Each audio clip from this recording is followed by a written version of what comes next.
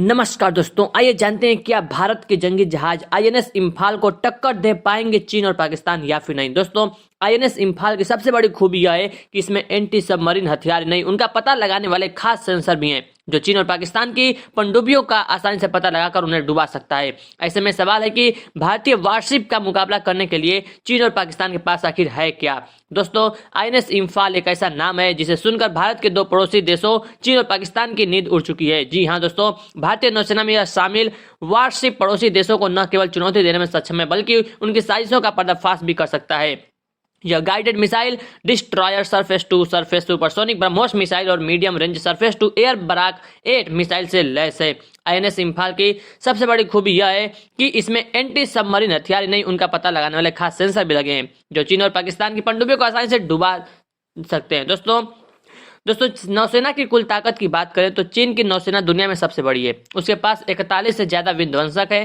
2022 में अमेरिका की ओर से जारी रिपोर्ट में बताया गया था कि चीन के पास 340 वारशिप हैं और 2 साल में इनकी संख्या बढ़कर 500 तक हो सकती है। संख्या बल में भी चीन काफी आगे है। भारत दुनिया की 7वीं सबसे बड़ी नौसेना है, पर संख्या में कम होने के बावजूद भारत तकनीकी तौर पर कहीं आगे है। दोस्तों, आईएनएस इम्फाल ने भारत को और मजबूती दी और अरब सागर में रहकर यह चीन और पाकिस्तान दोनों पर नजर रखने में कामयाब होगा।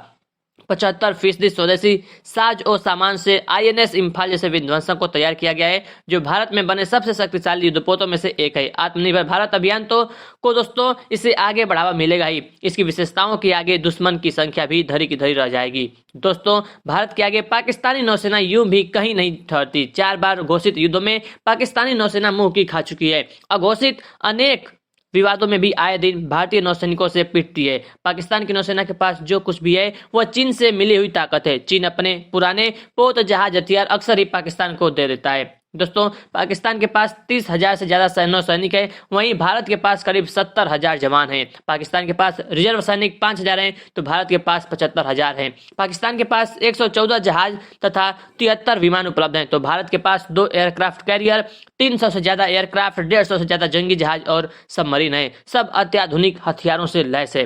दोस्तों, भारत के पूर्वोत्तर को लेकर चीन हमेशा से चालाकी का सहारा लेता है। उसकी इसी हरकत के मद्देनजर शायद इस विध्वंसक का नाम जो है रखा गया है। यह आजादी के दीवानों को श्रद्धांजलि देने का संकेत है तो पूर्वोत्तर राज्यों के लिए संदेश भी। यह चीन के लिए भी संदेश है। चीन हमेशा से अपनी परमाणु पनडुब्बी पर इतराता रहा है, पर अब अरब सागर में उसके सामने खड़ा होगा आईएनएस इम्फाल। इसमें पनडुब्बियों का मुकाबला करने के लिए स्वदेशी रॉकेट लॉन्चर और 76 mm की सुपर रैपिड गन भी लगी है। दोस्तों, भारत का यह गौरवशाली जहाज एटॉमिक, बायोलॉजिकल और केमिकल वार की स्थिति में भी अपने देश की रक्षा करेगा। दुश्मन ने हवा से हमला किया तो इसमें लगी मध्यम दूरी की सतह से हवा में मार करने वाली मिसाइलें मुंहतोड़ जवाब देंगी। वारशिप के जरिए दुश्मन ने आगे बढ़ने की कोशिश की तो एंटी वारशिप मिसाइलें और टारपीडो उनके सामने खड़े होंगे। आईएनएस इम्फाल में लगाई गई ब्रह्मोस मिसाइल तो 90 डिग्री पर घूमकर चीन पाकिस्तान के जंगी जहाजों के होश उड़ा देती है।